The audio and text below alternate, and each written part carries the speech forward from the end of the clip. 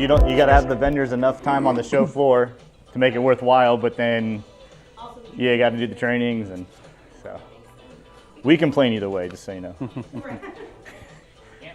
Yeah, no. If there's too many trainings, we complain. If there's not enough trainings, then we complain. If the show floor is open too long, we complain. If it's closed too short, we complain. I think we just like to complain. That's what it boils down to. Yeah. For sure. All right. Are we about ready? It's 1 o'clock. I think we should start. Not a ground to cover. Yeah. We were working, we're late. Right on. All right, so we're going to do mostly an overview of pretty much all of our products, in case you guys don't know kind of what we have. How many of you guys have dealt a lot with our stuff? Yeah? So you guys done our amplifiers and stuff like that too, or just the radios? Just the radios. Yeah, cool. So we're going to touch on the amps a little bit. We've got this really nifty display that's going to help us, hopefully, show you guys cool stuff. But we'll walk through, really just good walk through what's going on. For those of you who don't know me, I'm John. Hi, it's nice to meet you. This is a picture of me.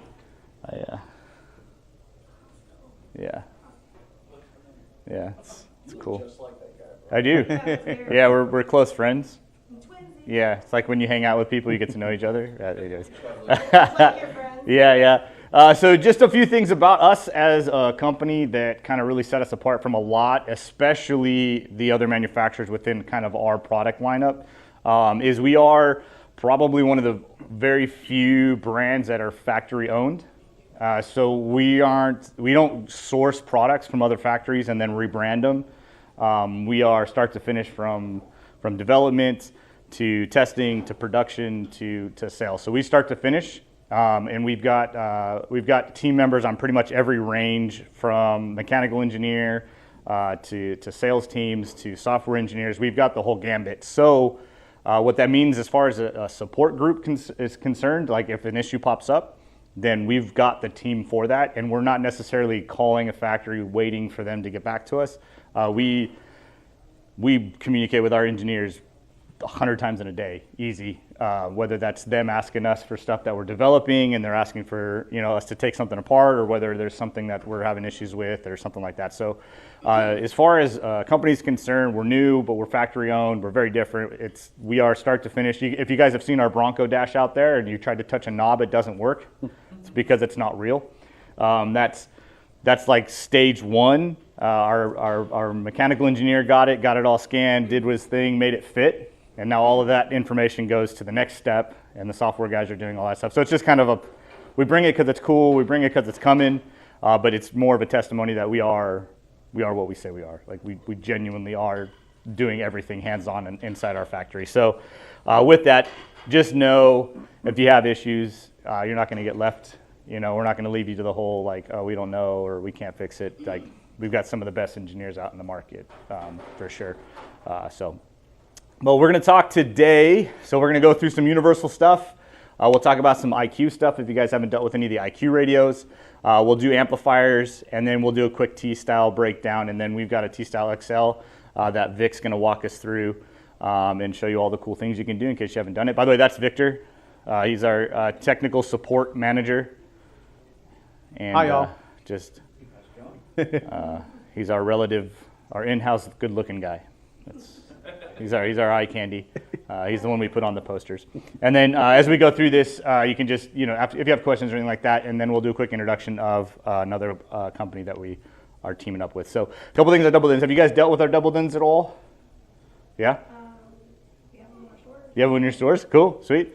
So we've got a 10-inch and a 13-inch currently. What you see on the board here are actually two kind of pre-production possible different. So these two here are going to standard double DIN chassis, right? It's going to have everything you want, RCA pre-outs, toss link, all of those good things. The chassis specially designed, so anybody that's used a kit, you've got that little face that goes through the whole of the kit. So ours is about 3 times deeper than normal, and that's just so that you can have a little bit extra play if you've got to push the screen out further to clear a dash. So just a few things that we think about engineering-wise as we're installing. Hey, we want to make sure that we can make that happen. So that's there. The DIN chassis is going to be like a mechless one, so it's going to be shorter than the deep chassis, just for what it's worth. But both of those screens are motorized, which means they rotate.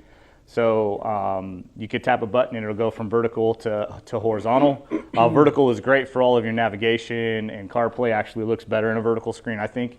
And then the horizontal is obviously the better to watch your TV. But don't watch while you're driving. Of course not. Yeah. I had to say that's legality things, but we got the steering wheel control input, so you get your normal SWI or whatever you're going to use. I will say, for whatever reason, Metra seems to be hit and miss for us. PAC really seems to work really well with us when it comes to the steering wheel controls. I don't know why. We are kind of an anomaly, so we want you to wire it like a Ken would, whether it's just a single wire, but we want you to program it like a Pioneer. Because we want to be different. That's what we do, just to make things more difficult. But yeah, and they're pretty basic. They're all Android-based, like our T-Style, which means now you can do all of this stuff, the cool stuff that you want to do. You can change the UI, put down all of your favorite apps on there, and go to town with really customizing it. So I think that's one thing that I don't know a lot of folks really kind of play around with. Because it's Android tablets and you can do a different launcher, you can completely change the way the home screen lays out.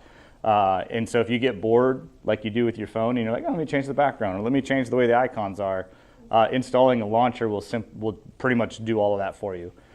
So like we've used I think the one on the picture there is called Cubes or something, and like you can swipe it, it's like a cube, and it's like goes different directions and opens up different apps and stuff like that. So it's one of those things that, the customer buys it, like everybody else, they get kind of bored at a certain point, that you can quick and easy $5 for a launcher and customize it however you want to. Wireless CarPlay, wireless Android Auto, pretty much everything you want out of your factory radio. Then we have these things called the IQ radio, which I actually don't have on display here, my bad. The IQ radio is like it's this hybrid between what we have on our vehicle specific and universal. So the idea behind the IQ radios is we will have kits that rather than having a double DIN hole, they've got this specific shape. I don't know what to call it. It's that shape. And we've got 3 different radio options. One of them is going to be a completely all touchscreen. Let me get to it. There you go. So we got our 301, which is all touchscreen, so it's all flat and black. Depending on the dash kit, just like sometimes that radio looks phenomenal in the dash. So like a Camry with that piano black dash, this thing goes in there and it's designed to sit flush. So it goes in there, it sits flush, so you have this you'd never know it was an aftermarket radio looking at it.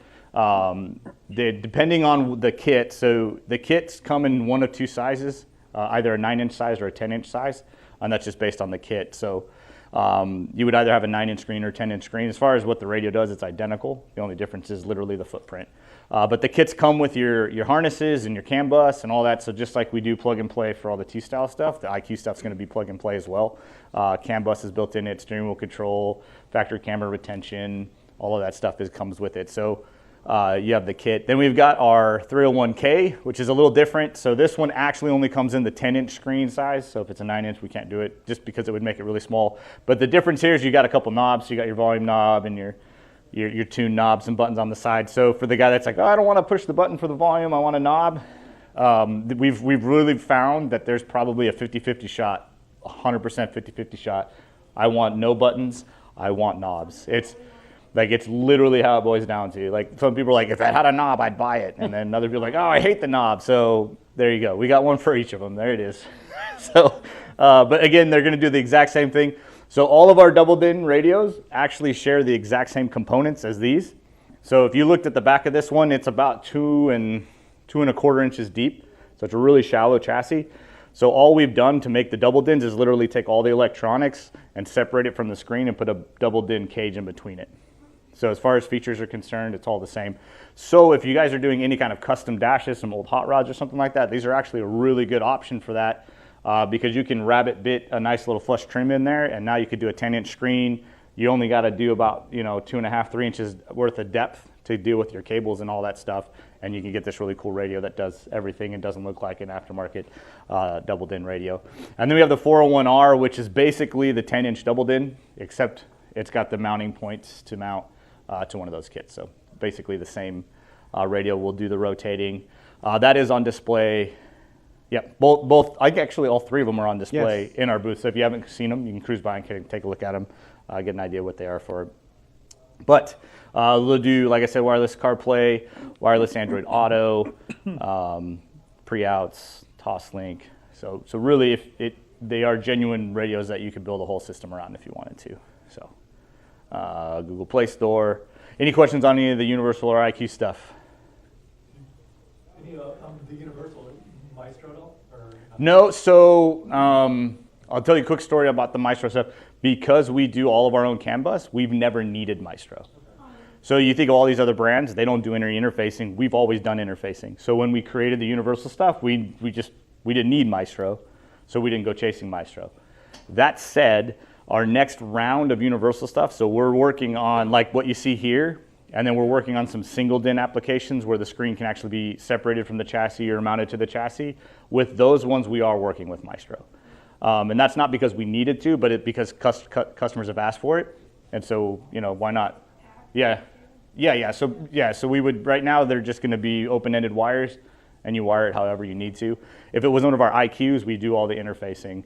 But because when we were developing it, Maestro honestly just never came to mind because we've never needed to go to somebody to interface for us. So, yeah. If you use Toslink, does it bypass all your tone controls, fader mounts, and all that?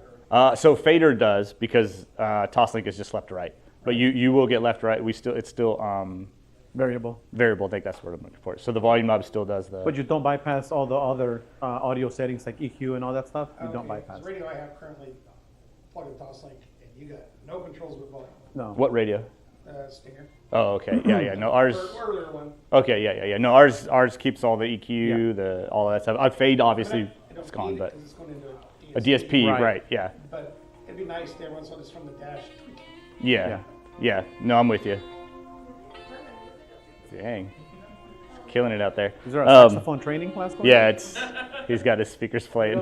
I was like, did they turn it? They're telling me it's over? Is that what's going on? I'm with it now. So our Toslink will do all that. So it is. I should have written down the bit rate. I can't remember the bit rate, but it is. It's a nice clean. It's a variable. So it's more user friendly than most are. So like if you had a customer and you wanted to do a DSP, whether it's one of our DSP amps, which we'll talk about later, or someone else's DSP, they would still be able to have the knob working on the radio. They don't have to have that separate, DSP knob and stuff like that. So it kind of makes it a little bit more user friendly, kind of Toslink input for it. So any other questions on that? No. Cool. All right. So we've got two sets of amplifiers. We've got some monoblock amplifiers, and these came because we created the DSP amps, and then people wanted monoblock amps. So we came out with monoblock. So we've got a 500, 1,000, and a 1,500 watt. Just gonna say they're pretty basic. They are 1 ohm stable, and they are 1 ohm stable. So like all of our show vehicles, literally we run them at 1 ohm. Because when the factory said, yeah, 1 ohm stable, I said, you're right. So I went to burn the amp down, and it didn't burn down. So we did try. I promise we tried. We So- have one installed in the Silverado outside the 1,500 monoblock with a pair of kicker 12 inches inside of a PCA enclosure on the red Silverado back door. So if you guys want to go out and just listen to that 1,500 watt monoblock, it's there. Yep. So, 4-gauge input, dual speaker wire outputs. I mean, they're pretty small footprints. I mean, they're heavy black. They're just going to be, they're powerhouses. We've had them in our show vehicles, and like I said, we've got a 1 ohm. We rock and play them, and then I haven't had any of them have issues like that. So, I believe, where's Walt when you need him? Can't remember the price points on them. We are well priced. We are definitely. You could come by our booth and I get you the extra prices, but we are really quite well priced for what we are. And then we've got DSP amplifiers. So I will walk through this because our DSP amplifiers are kind of two variants. So we've got the two small guys. We have a 4-channel and a 5-channel. These were initially developed as a add-on to what we were already doing with T-Star radios. So what's happening was people were buying T-Star radios, and they're like, oh, do you have an amplifier we can plug in and make it sound a little bit better? So that's what we did. We've got these, I mean, they're itty-bitty little amplifiers.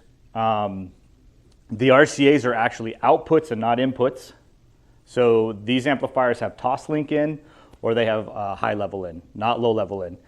because they were designed to either run with one of our, I have this in the wrong order, sorry. There you go. One of our plug-and-play harnesses. So you could use the 4 or 5 channel DSP with one of our radios simply by going behind the radio, plugging in the T harness, dropping it down. It runs with a toss link, and you can plug it in. So now somebody's purchased they have an F-150. You've just put in our radio, and you put in one of these little 4 channel or the 5 channel amp for another $400 or $500, and now they've got a completely DSP'd, tuned out sound system with the stock speakers, and it'll blow their mind. I promise you it'll blow their mind. When we started doing all of the testing for this, I was actually in the middle of testing the radio for the new Ram. And when I first put the radio in, I said, this thing sounds like garbage, guys. I don't know what you did to this thing, but it sounds like crap. And they said, we didn't change anything. And I'm like, well, it sounds really bad. So then the next day, I had to get a different trim level of Ram. So it actually got the Ram with the bigger screen. So I was driving it with the factory radio, and I was like, oh, it's the factory radio sucks too. So maybe it's not us. Maybe it's just the truck itself. So I had the amp, and I was like, well, let me go ahead and T-harness it in. And I plugged it in, and I was blown away. I hadn't touched the DSP. Like, it was literally just the stock setup, and it made it sound like a completely different truck. So somebody could come in there with their whatever Dodge Ram, so long as it's not the Alpine one. Obviously, the T-harness isn't going to work with anything that's factory amplified. But you could plug that in, and it's literally going to T-harness in, so your high-level inputs go in, your high-level outputs go out, and then you've got one plug that plugs into the amplifier, and you're done. So you could take this, shove this thing underneath a seat, and your customer's got this F-150 that's now sounding like he spent a whole lot more money than he actually did on these little amplifiers. So now let's say your customer's done that, and now he wants to add speakers in there, he wants to do a bigger system, so you can actually keep the 4 channel in there, undo all the speakers, put in new speakers, put in bigger amplifiers, and just use it as a DSP. So the RCA outputs now become your DSP signal to whatever other amplifier you have. So you could tell your customer, hey man, we'll put this in, and then if you decide you want more volume, you want to replace the speakers, then we can upgrade you. We'll keep the DSP, and we'll be able to keep the sound quality and all that stuff. So it's kind of a tiered upgrade that you can do. It also has subwoofer output, so if they did the 4 channel and they wanted to do where you added one of our 500, 1,000, or 1,500 watt D-class amps, so stock speakers, or stock radio, DSP in there, now you have the digitally set up signal to the bass amp, and now you have all that stuff. So both the 4 and 5 channel are really they are going to, for the guy that just wants a little bit more, it's going to blow their mind for a really low price, and your install is cake. Like T-harness, drop it down, plug it in, and away you go. For the 4 channel, you usually don't even need to run a battery lead to it. Like, you can, it'll sound a little bit better, but you don't have to. So for those guys that just want a little bit more, gold. And then, like everybody else, once you have that little bit, then you get used to that little bit, and now you want a little bit more. So now your customer comes back in, and you tier them up to the next level. The 5 channel, the subwoofer out on the 5 channel, I mean, you're going to do like a little 8. It's like 180 watts. It's a small output, so it's not going to be bass.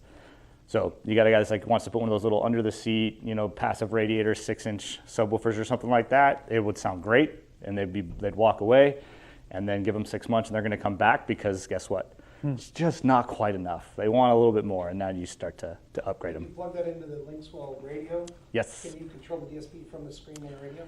Yes, by the app. Okay. So yeah, I'll walk you through the app. So the 4 and 5 channel have one app. And then the 10 channel, which we'll talk about right now, has a different app because the 10 channel has more features. So there's 2 different apps. So you could put the app on there and control it from the radio. I would suggest not telling the customer they can. It's one thing for them to play around with EQ on a radio. It's a whole other thing for them to get on the back end of a DSP. Yeah. So and we'll talk about that in just a minute. So now we have our big, massive 10-channel powerhouse. That thing, Vic and I both are very confused as to why it has not blown up, because it does amazing things. So 10-channel amp, 100 by 10, if you just want to run it straight out. It's got 8 inputs, so you could do 8 channels in, whether that's low level, high level, and then it also has the toss link in, so if you want to do toss link. The other thing all 3 of them have is the ability to Bluetooth in is music. So your phone could be your only source. So you could actually just pair your phone to it and that be the source for the amplifier. So we are working on waterproofing them. Yep, we're working on it. So we are working on waterproofing them because we're coming out with some marine stuff. So you'll be able to, like if you wanted to put in a side-by-side where they just use their phone. So that's another feature that they have stock is you can actually pair it to a phone and just use the phone straight ahead. But so a 10 channel has 8 inputs, 10 outputs. Channels 9 and 10 can bridge and 7 and 8 can bridge, so you can knock it down to 8.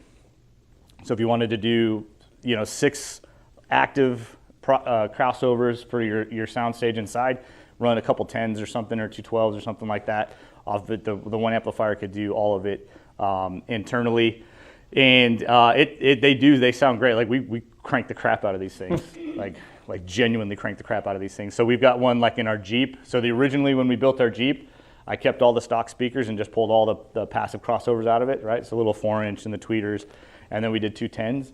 And everybody was blown away. There's no way these are stock speakers. I'm like, look, I'm lazy. They're stock speakers. And then we decided that the Jeep was going to get rebuilt. So now the Jeep's got 3 ways up front, 4 8s, and 4 4-inch in the sound bar, and the 10 channel runs all of it. And it freaking cranks. It's just so versatile. Yeah, it really can. So you could sell somebody this with a couple small woofers, and again, now they want to tier up. So now you go full active setup inside the vehicle, right? You do 6 channels up front, 4 in the back, and now you add a subwoofer amp and you do a whole banging sound system, right? So again, it can do the whole progressive growth. And then I'll walk you through the app real quick, I think. This is our app.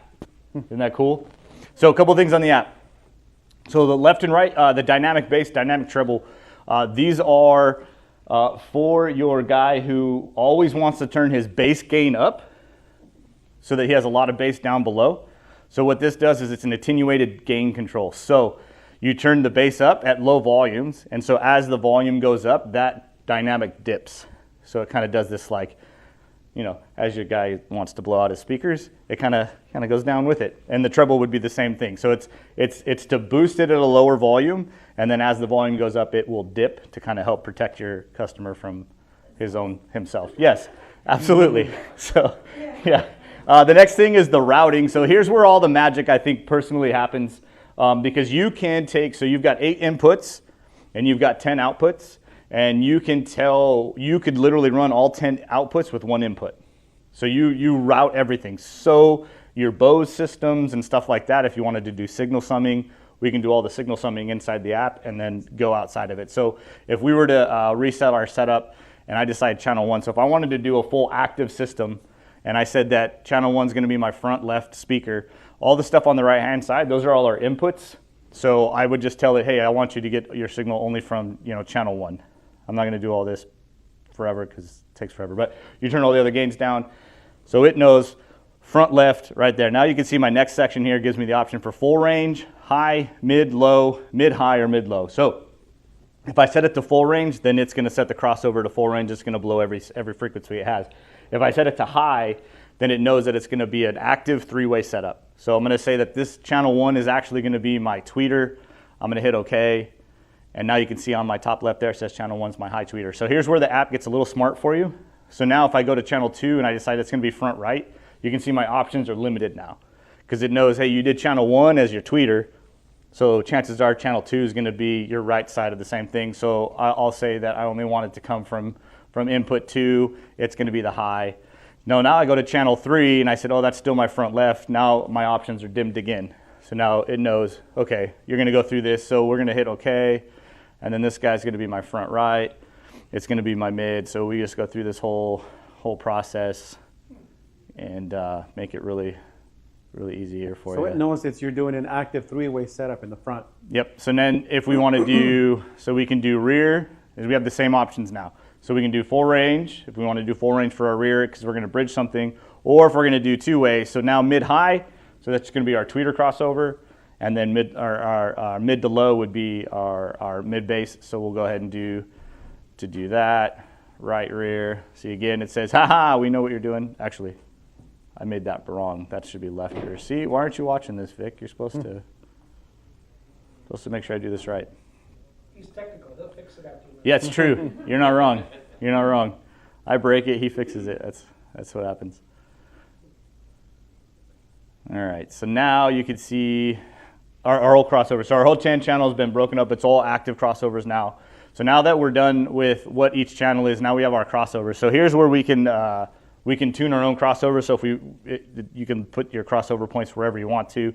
You can change your dB drop from off, which means your crossover's off, 6 all the way to 24. I don't know enough to tell you the differences detailed on the different versions of crossovers. If you're that sound guy, then you should teach me one day.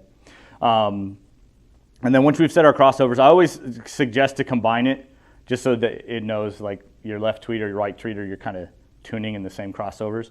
So now you can see the crossover points for each channel. And they're all kind of set. You're like, okay, I like those. And now we could go to time alignment. Time alignment, you guys know how time alignment works. In our manual, it's got the whole breakdown.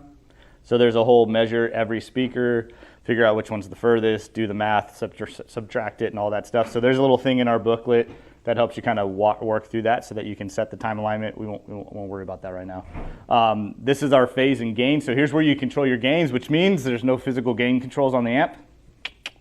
So your customer doesn't go home and go and turn them up. They're all right here in the app. So this is where you would adjust your gains. You can flip the phase, so if something's out of phase, you can flip it real quick in there. And then you can mute whatever channels you need to. So while you're tuning it, if you want to kill out whatever, you can sit there and do all that. So that's where you would do all that stuff. And then you have, so our inputs, we do have an EQ input. We don't have a built-in RTA. So if you're using low level in, or sorry, high level in, and you want to kind of flatten that out, if you get an RTA, you can kind of sit here. So this is your input EQ. We'll give you, I think it's 6 bands, 8 bands, to kind of work in and try and flatten your signal before it goes into the DSP and come back out.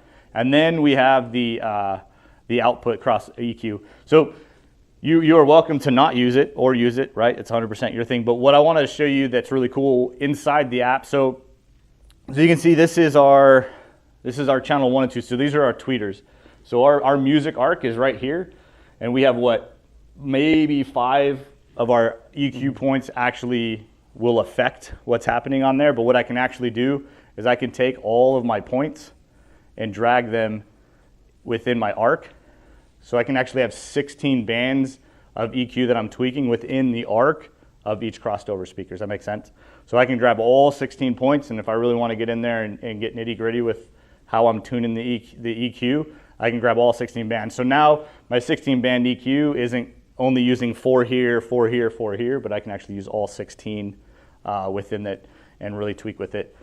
Victor might be that committed. I'm usually not. So once you've got everything set up, there's 2 ways to save it. So if you save the amp, there's 5 presets. So you can set 5 different setups that you want to, hit favorite one, and you can save it, and away you go. The other thing is you can save to phone. And here's where you protect yourself. So you tune, John Smith's truck. You save it as John Smith's truck. John Smith finds out Linkswell has an app, and he goes in there, and he thinks he can retune it, and then it gets completely jacked up. So then he comes back to you with everything sounding really bad, and you're like, bro, it's going to be like $80 for me to retune this. And then you pull his car around, and you go to your phone. Yeah. So you go to your phone, and you hit load file, and you go click, poof, and it's all set in there, and you play some Candy Crush for a little while, make them think that this was a really big deal and it was horrible for you to do it, charge them, and then send them off. So yeah, you would just name whoever's whatever, so you'd have all your customers there on your phone, whatever device. What's that? Yeah, because that's on your phone. Yep, so it's saving it on your phone. Yep, not the amplifier, so it doesn't care what amp it is.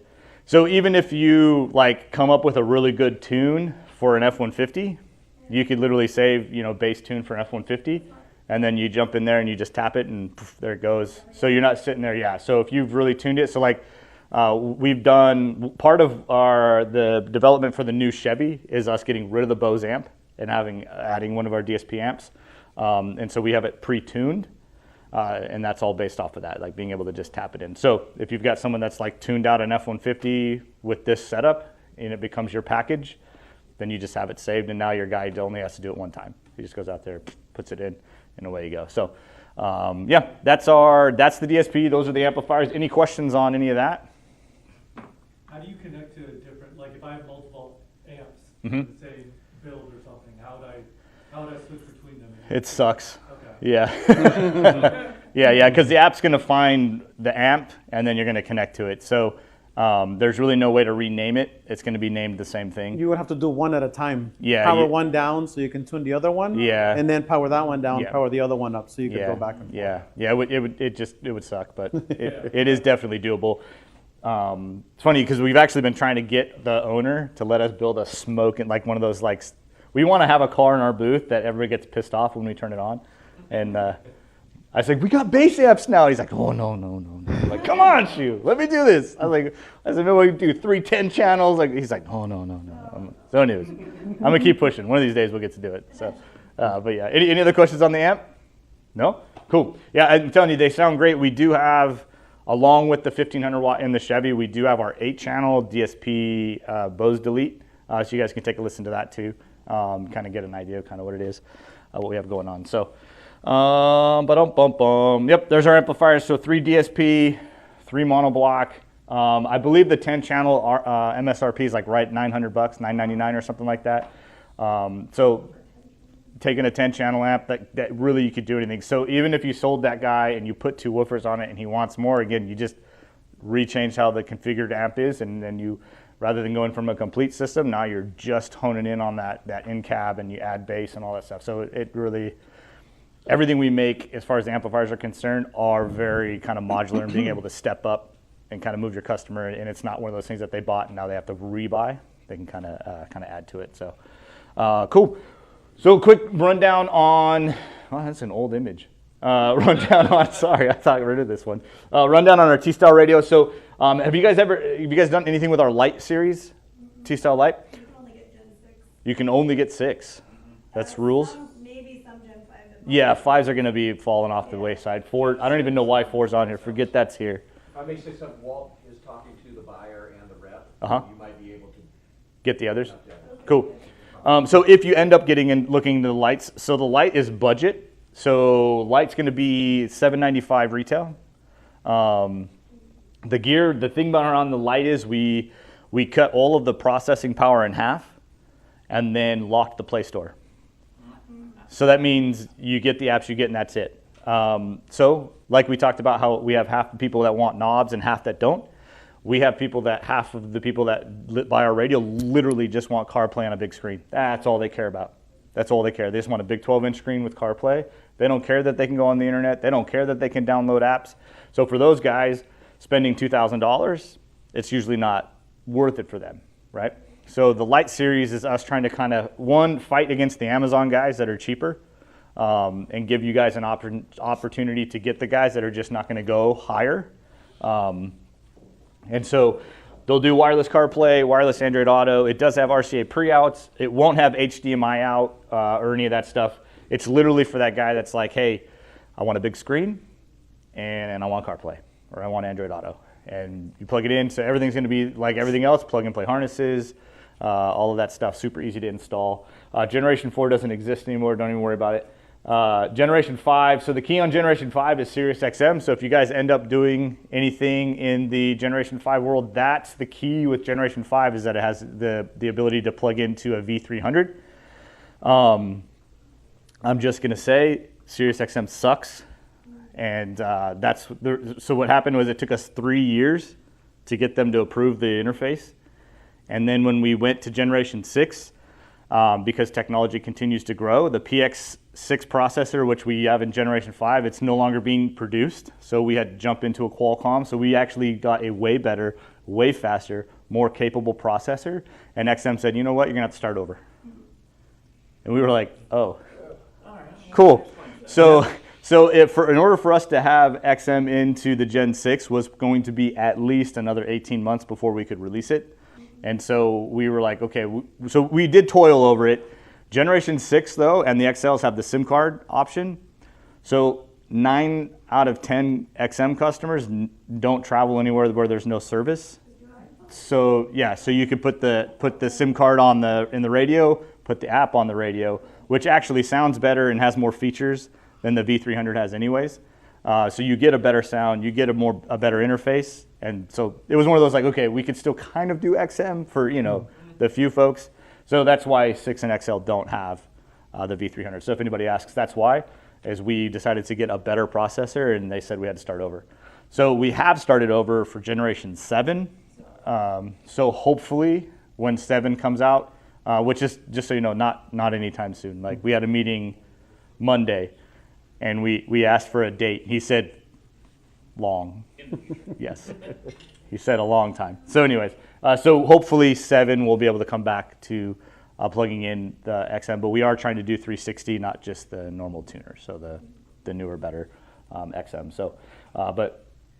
So generation 6 and the XL share pretty much everything except that screen size, and then the processor is actually double on the XL, so it's 8 gigs of RAM rather than 4 gigs of RAM, and it's 128 memory rather than 64. Most people won't notice the difference, genuinely. Like, the Gen 6 is super fast, super quick. You'd have to really tear into it and do some stuff if you wanted to kind of sell the difference. But we figured if we were going to make a bigger screen, then we might as well, add processor power. So we did. And then the XL's got the big knob with all the cool stuff. So we've got all of that stuff on display in the booth there. So before you guys leave, if you haven't seen it, check it out. And then yeah. So here's our application list. It's going to come out slowly. Apparently, it's the old slide that I liked to kill time. Couple things to notice is this guy right here. So the 21 and up Ford F-150. That one we have a 3D printed. It's very early, not quite in production. That one is being delayed a little bit because the Super Duty dash is different, and we were trying to create one SKU to do both, like we have on the previous model.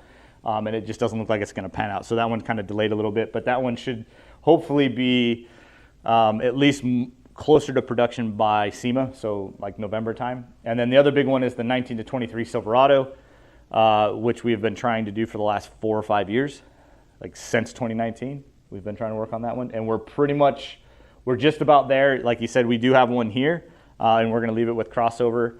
They're going to have it to drive around, so you guys can actually, if you don't get into it today, hopefully they can cruise it by your shop and you guys can take a look at it, feel the interface.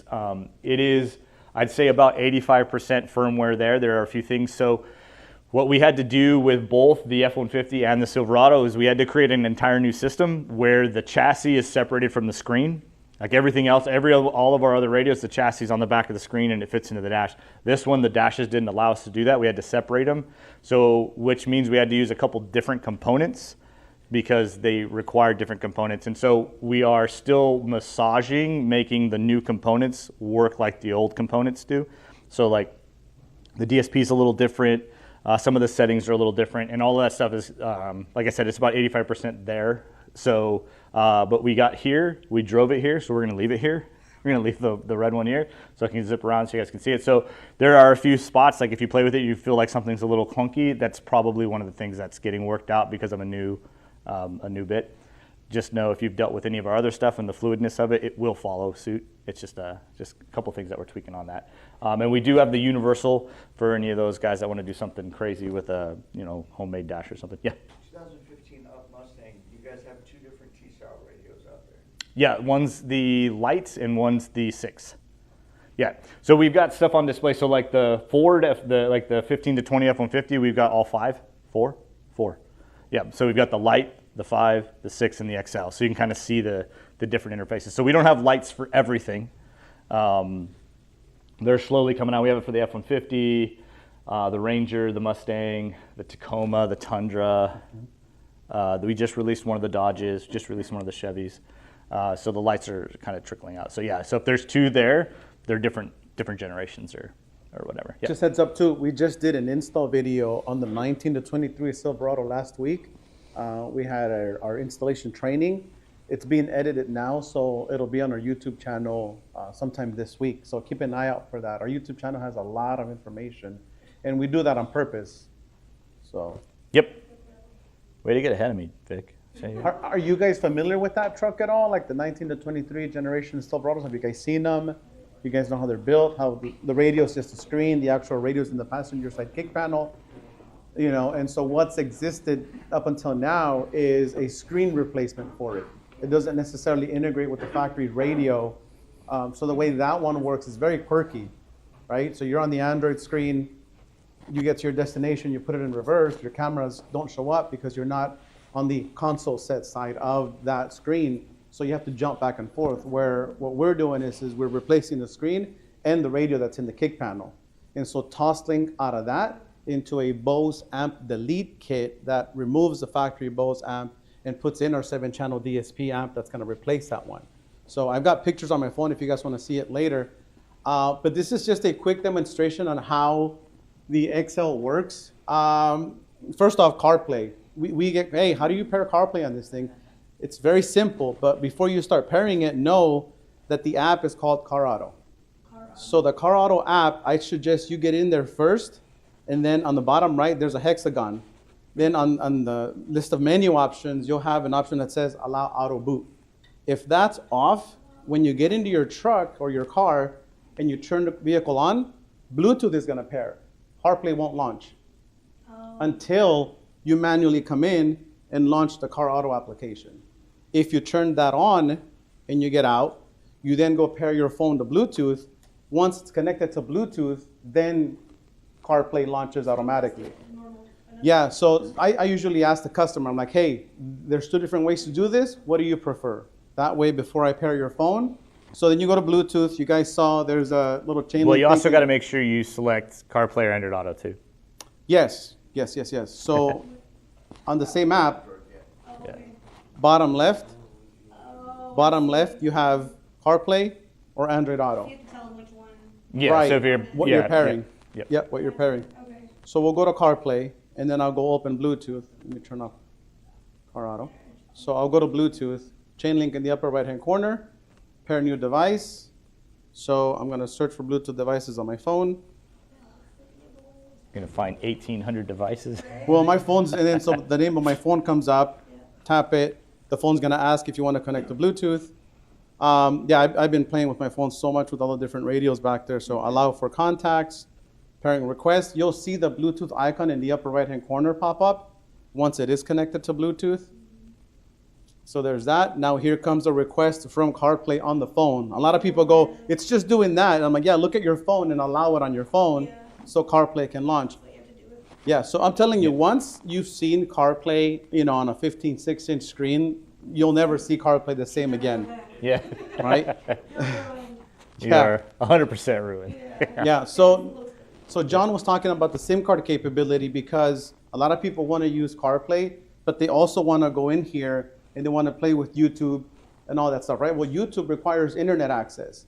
And so what some people will do is they'll come into our settings and they'll go to System in the upper right-hand corner under Network. They'll turn on the Wi-Fi function of the radio and they'll give it Wi-Fi hotspot from their phone to gain function of YouTube, Netflix, and all that stuff. But guess what? The Wi-Fi chip on the radio, just like the Wi-Fi chip on your phone, can only be connected to one network at a time, which means you either use it for internet or CarPlay. If you've noticed, CarPlay starts off as Bluetooth, but the minute CarPlay launches, Bluetooth disconnects because the Wi-Fi function of your phone and the Wi-Fi function of the radio is what keeps that function connected. So the minute you come in here and you tell the radio, I want to do hotspot because I'm trying to gain internet, it'll shut off CarPlay. They'll fight each other. So that's why we added the SIM card capability, because regardless of Wi-Fi being on or off, it's already connected to a cellular network. So what I do when I add that, like my favorite thing to do is to use CarPlay, split screen, press and hold these 2 buttons. CarPlay goes to the background. I'll come in here and I'll open up YouTube. So I'll have split screen between CarPlay and YouTube. So I'm watching a video while I'm navigating home. Whatever app you started with goes to the top. So if I had YouTube open first and then I open CarPlay, YouTube would have been on top, CarPlay would have been on the bottom. But notice what the CarPlay app did. Like when it shrunk, it rebooted itself to give you the right aspect ratio. Just like if I go from half screen to full screen, look what it does. It reboots itself to give you the right aspect ratio. Yeah. It doesn't give you that shrunken or that stretched image, and that's done on purpose. Right? So again, that's the beauty of having the SIM card capability. And if people have the Ring camera at home too, and they have the app downloaded here, and somebody rings them at home, it'll pop up over here. They can respond back. Like all those different things, you're unlocking an entire whole new world of features and functions once this thing is connected to a network. Yeah, we've got dealer who his entire house is smart lit. So as he's pulling down his street, he's literally turning lights on at his house, you know, from his radio. Yeah. My wife can, hey, Google, turn on the house lights, Yeah. open the garage. Yeah. All of that from Yep. just talking to Yeah, her. yeah. So the idea is you get the app Yeah. on the radio, then you could, yeah. So any third-party app that has anything that's server-based. So some, yeah. So I like the Ring. All of your Ring devices are connected to their server, and you're accessing their server from your device. So we could do the same thing. So all of those apps that you're controlling things off of a server. We've got guys that'll do QuickBooks on there and bill and print off a Bluetooth printer in their truck. Yeah, that's There's just all of these. Yeah, there's just a ton of things that you can do. Like you just start thinking like, what do I use my phone for? What do I use my tablet for? And there's a Right. good chance that you could do it all in your. Yeah, you're not having to pull the phone out of your pocket anymore. It's all here for you. a cellular service. Correct. Right? So you pay, is that? through Yeah, it's a phone? monthly data plan on a Okay, SIM that's card. cool. Yeah. Gotcha. So now other things. After installation, one of the things I first check for is steering wheel controls, backup camera. So those are some of the things that I confirm after the install.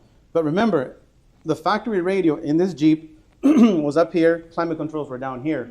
So within one radio, we're trying to cover 2-3 different platforms of the same Jeep.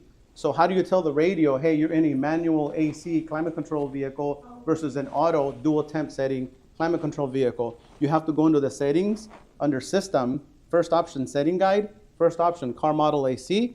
This is where I'm telling it Jeep Wrangler, auto AC or manual AC. Once you select it and tell it, you hit OK to confirm, the radio will reboot itself to give you those controls. Because we'll get people who call us, hey, AC's not working. Have you gone in and set it? They go, no, what's that? Right? So make sure you do that. Yes. There's other settings like heated seats, cooled seats, heated steering wheel. Same setting menu, second option, seat, steering wheel. This is where you turn on, turn off heated seats, cooled seats, heated steering wheel. Make sure you guys go through that. Dynamic guideline, if you don't, some factory cameras will have their own guidelines.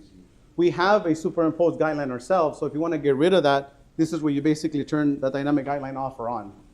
So all those things are in the radio itself. If you open up the driver's side door Jeep and the passenger side shows that it's opening, that means that you have the right-hand drive function on. Get in here and just turn it off. If you hit volume up and it goes down. On the steering wheel. Yeah, on the steering wheel. Yeah. So just come in here and reverse those functions. Program your steering wheel controls from your radio. Well, the steering wheel controls they come programmed Yeah, anyways, it's but all there are a cameras. It's already few there. times where like when it gets built, it's upside down. And so if you notice that up is down and down is up, you just go in there and it flips it and it just, yeah. So here's everybody's favorite, and I call it everybody's because it's my favorite. Fair. Home screen customization. Like that's everybody's thing, right? So I can care less for this big ass square that shows me date and time. So I'll come in there and remove it. Same thing for pitch and roll. You see at the top it says remove. So I'll drop it in there, right? So I'll get rid of all this unnecessary stuff on my home screen. I want all of my favorite apps, YouTube, Netflix, TikTok, why not, right? So I'll do YouTube and Netflix, for example. So what I'll do is I'll group and I'll name it video entertainment. I'll do VE for now. So Identical to my tablet. Yeah. so I'll start grouping Yep. stuff like that, right? And so Play Store, I'll get rid of it. I'll grab all my Google stuff like Google Chrome. I'll grab Google Maps. I'll grab my Gmail. And I'll group everything just because I want a cleaner home screen. Google Play Store, right? So I'll start grouping all my stuff and I'll bring home all of my most commonly used applications. And then I'll download an application called Wallpaper. So Wallpaper, it is a Google app. Wallpaper has, when you're connected to the internet, it has an arsenal of different backgrounds that you can pick from. Or you can email yourself a picture of your car that you took with your phone, save it onto the radio. There's a My Photos folder that app can read. So I'll come in here and I'll select that as my background image instead. And I'll select that as my wallpaper, home and lock screen. So now that's my home screen and I'll put all of my favorite applications, Yeah. right? Just to make it really cool. But not just that. You guys ready for the next step? You guys they haven't seen Vic's favorite 5 yet. You go to TikTok and any video you find there that's moving, you could do a live background image. So that app wallpaper app. At the bottom, it has live wallpapers. So I downloaded one earlier. Hopefully it's still here. So then I have a video now of my Jeep, and I'll tell it save that one as my background, home and lock screen. So now I have a live background wallpaper. That's so cool. And it'll just keep looping itself. So home screen modification is everything for me, right? That's crazy, because you could be into anime and then Yeah. have a little chick doing Yeah. Yeah. switch. You can- Yeah. There you go. Fucking dork. So anyway, I had a question that was pretty dorky. I'm Android crazy. I have a tablet to watch all the shit. The wife, I hate, she's Apple. So I sent this to me when I set it up, but then when she gets, it won't launch her Apple shit. Yeah, so you just because you have to tell Car Auto, Apple, not So I have Android. to show her how to do it. Yeah. So so she just needs to go in there and switch it She's from. retarded. Yeah. Because she likes Apple. Well- So that's good. So another thing. Sorry, go ahead. When you're switching between that CarPlay and Android Auto, if you have different users that have that, will it still hold the memory? It's Or far. do you have to repair through each? No. So there'll be a list of paired devices. Yeah. So it'll hold it. Yeah. So once the one's not there, you'll go to Bluetooth under list of previously paired devices and select the other one. Yeah. And then it'll automatically just connect and Yep. launch. Yeah. So the best round to go is to go to Car Auto, switch it to whatever it needs to be, and then go to Bluetooth and select the phone. Yeah. I'm yeah. big on the knob, right? So the knob, besides being volume, you swipe over to the left, it'll switch between fan speed and temperature controls. So it's a multi-function knob. And so you'll see, like, the temperature, it'll change the temperature, you push it in, fan speed. Because while you're driving, you don't want to have to look for, you can come swipe left, you can hit climate, and it'll give you the entire page. You could do fan up, fan down, you could do temp up, temp down, but when you're driving, it's easier to do this, right? It's easier to do that. Now notice the climate page will time out after 10 seconds. So there is an option for you to make that stay longer or not time out at all. So it really is user selectable. Some people go, hey, that thing's not staying on longer. So then you can extend the time from 10 all the way to 30 seconds, or you can turn that off. So when you swipe over, you hit climate, it'll stay there until you back swipe out. over to the right and hit the home button.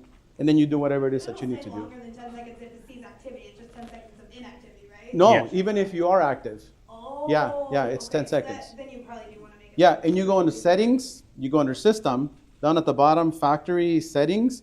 The code to get in there is 1660. You can change that if you want to, and you go all the way to the top. There is an option that says climate timeout right here, climate timeout. So you can select 10, 15, 20, or 30 seconds, or you can turn that off. So now your climate will always just sort of stay there until you decide to go right and hit the home button. So, I mean, this is where the 8 gigs of RAM as far as processing power goes matters. Because if you notice, I'm just flying through these things and there's no lag time. And that's because, look, understand that, we've been, managing stores. We've worked in the base. This is everything that I ever wanted to have and some. So it's like, that's why NAV TV was super popular, because we used to hack the factory navigation screens to put in DVD, PlayStations through the factory. They sold it as a backup camera interface, but there was 2 video inputs on there. So now you're able to do that without any of that. Man, I'm telling you. Yep, and one other cool thing is because, like I mentioned, how we don't need Maestro because we do all our own interfacing. So there's an app on there for the car settings. So Yes. yeah, so like even specifically for the Jeep, like if you've got the customer with the 4xe. Right here. So we're actually the only radio company that can retain the max regen feature. and Yeah, all so that. this is what, because all this is cool, but how does the radio integrate to the car? The factory radio had vehicle control functions. Right. That's the stuff that really matters. What we just went over was the fun stuff, right? So you swipe up, this is what makes this unit vehicle specific. So in here is everything that the factory radio had as far as off-road pages, accessory gauges, and things like that, right? So car settings is everything the factory radio had the ability to control. Literally lose nothing. Yeah, so like John said, what if you've got a 4xe, the hybrid version? Well, there's a separate module known as an EV module made by Linkswell, where you plug it in. So right now there's 2 pages of options. The minute you plug that module in and you enable it down at the bottom, look what happens to the pages up here. Now you get 3 pages, so you could see, kind of like what John was saying, all your hybrid information as well. You could turn it on. If you don't have it, you just won't see anything because it's not communicating. Yep. And then it also, so that EV thing also does all the off-road pages. So I don't know how many Jeeps you guys do out here, but the Jeep radio, some have off-road pages, some don't. So like our Rubicon, actually the off-road stuff is in the cluster, it's not in the radio. But with our EV off-road box, it'll give it all to you. So all of that first one, the off-road, all of those with the sway bar, all of that stuff, all that information we can steal and give them the off-road pages even if they didn't have it. So if they had the radio that didn't have it, we can give it to them with another, like, I think it's like a $70 module or something. And all you're doing is plugging it in and turning it on. So, yeah. So then all your car settings, so the big thing with the Jeep, you take the doors off and now the radio never shuts off. Well, there's a setting in the car settings that says my doors are off now, so it knows to switch and all that stuff. Yep. So, yep. Yeah, so if you get one in your showroom, don't download everything you want to on it. Like think about anything. Like we've done, like we'll go to shows and we've got like a Ring doorbell, and just putting that somewhere and having somebody able to push that and then hear the radio go doo-doo-doo, and then somebody answers the radio and they're talking to whoever pushed the doorbell over there. Yeah, so it's just, and then like the minute a customer sees something like that, then their brain goes crazy, right? Like, oh wait, I could put an anime guy. Wait, I could do this. Wait, I could do that. Like, they just, their brain just starts to go wild, Yes. right? With all these, oh my gosh, oh my gosh, oh my gosh, oh my gosh. Yeah. Now It's it's, got a brand new toy, but it's only worth $50 to you because you don't know what it's capable yes, of doing. yes, But then as you find what it's capable of doing, Yeah. then, Yeah. yep. like my smartwatch I spent way too much money on it. But then I found out I could actually take photos, so I could set my camera down. Yeah. Anywhere. Yep. And yeah, you could control it. I Yeah. could take selfies from across the room. I don't Yep. have to try to. You can Yeah. spy on people. Yeah. Done all that stuff. Yeah. So once you get something in the display, like just, I mean, anything you can think about, like throw it out there. The Bluetooth controllable things, so like off-road lights, stuff like that, it's hit and miss. And Depends on. yeah, because Bluetooths are, there's not just Bluetooth, there's controllers, there's slaves, there's slave masters, there's all these different variants. So like I've got, in my office, I've got, like RGB lights for when we do YouTube and stuff. I have 4 of them. I can download the app and I can control 3. It doesn't matter what 3. It can be light 1, 2, and 3. It could be light 2, 3, 4. It just only lets me control 3, and I have no idea why. It's just is what it is. But the And- Airlift app, Yes. instead of having it on your phone, you can have it on your screen. Yeah. So you can download the app directly on the radio. But now you guys see why we're so excited. So you see us at trade shows and we're laughing, we're having fun.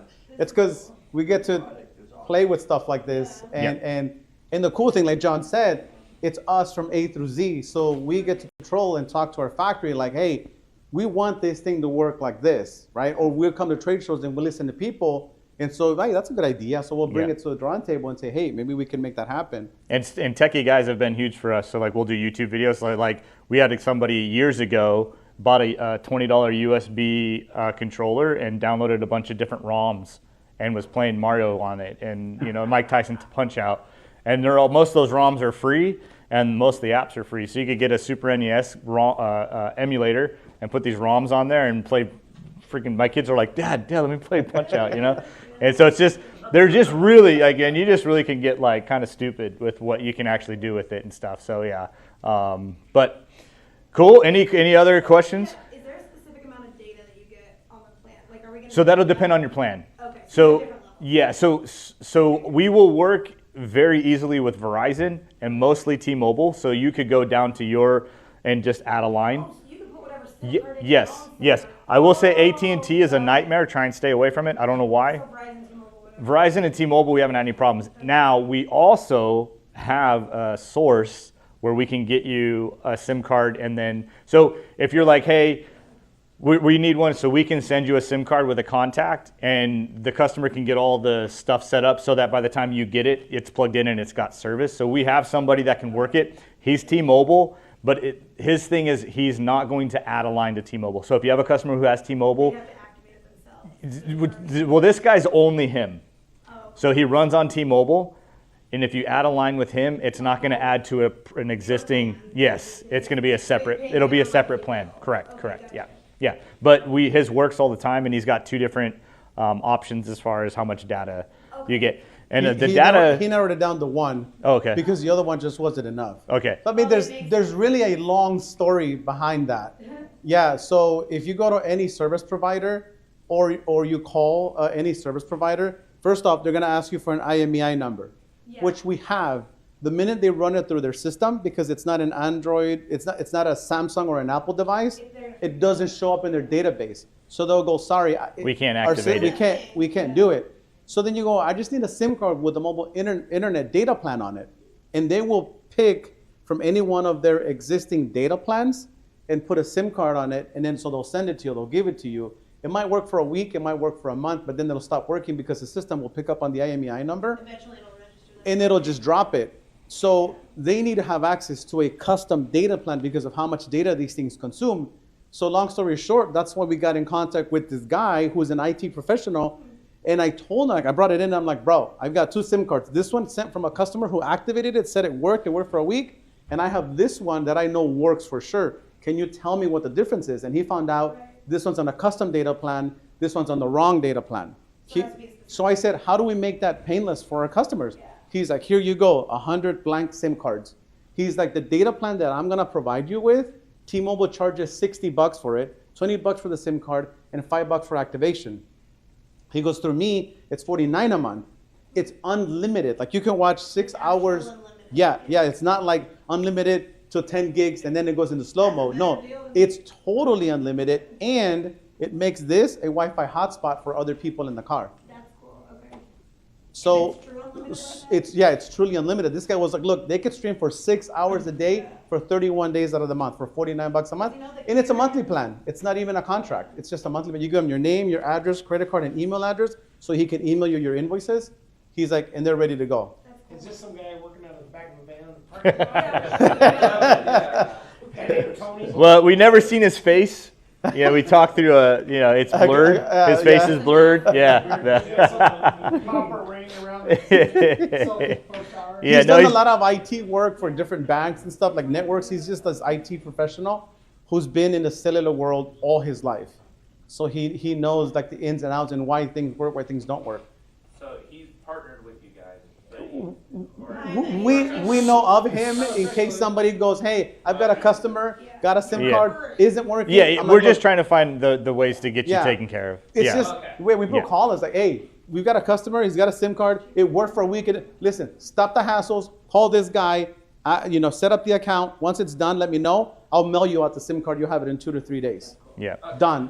So like we've got a contact at Verizon. So like anybody that's got issues with Verizon, we've got a guy you can email you can add it to your plan. And we went out of our way to be able to have an answer for that tech call. Yeah. Because when we did our testing, we literally had none of the issues.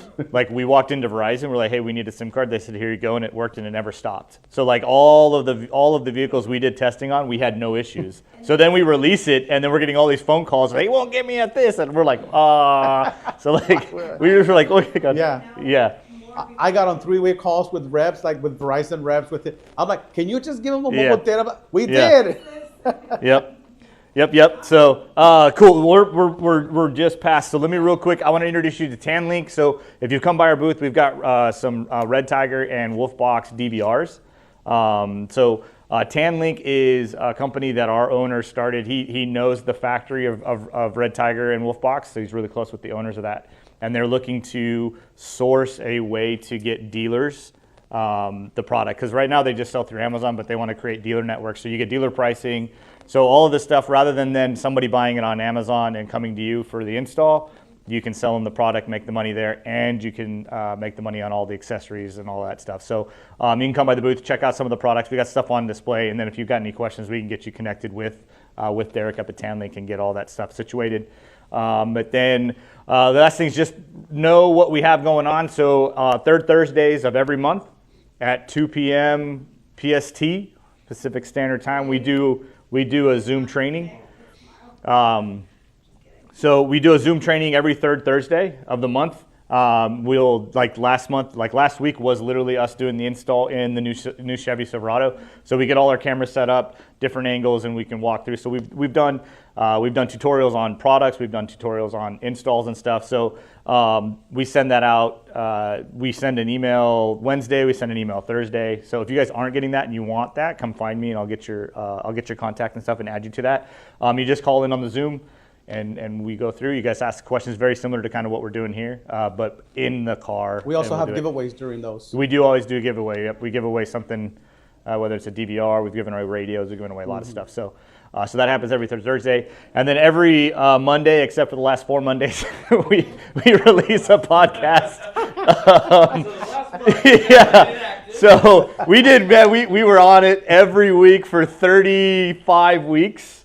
And then it was my birthday, my anniversary. Both of us ended up with jury duty. And then we were prepping for shows. We had 3 shows. And so I was like, hey, Vic's not here today. Ah, crap. And then I was like, hey, I'm not here today. So anyway, we recorded while we were here. Yeah. So this Monday, we're back on it. Episode 36 launches.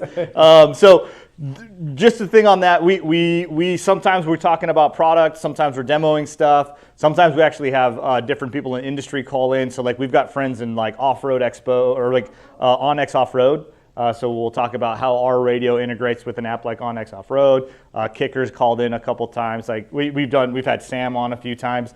So we've got guests going on. So that's twofold. One, watch it, laugh at us, whatever. But also, if you'd be interested in doing an episode where I call you guys in your shop and you want to sit in your showroom and show off your showroom, tell me what you guys do. What we'll do is we will record it. All you need genuinely is a phone. I can get you the app. And you just put it on your phone. Or if you can get fancy, you want to do microphones and all that stuff, it's up to you.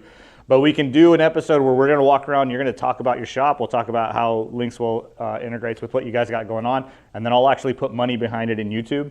And then I will burst the ad within, however many miles of your shop. So if that's something you're interested in, again, find me at the booth. I'll get you a card because we'd love to do that. We've gotten, we do a lot of interviews at the shows. We're trying to get some of the stuff at the shop too, because if you can, for you to be able to put money out there and say, hey, look, here's somebody for the shop, right? So somebody's scrolling on YouTube and all of a sudden now they're like, oh, that shop's really cool. Well, that's right down the street. Let me just go over there. Maybe you sell Linkswell, maybe you don't. Maybe you sell them something else, but it's just free advertising. So if you guys would be interested in doing something like that, we do that as well. So cool. Thank you. Right on. Any last questions before we officially call it done? Sweet. Thank you. Right on. Thank you guys so much.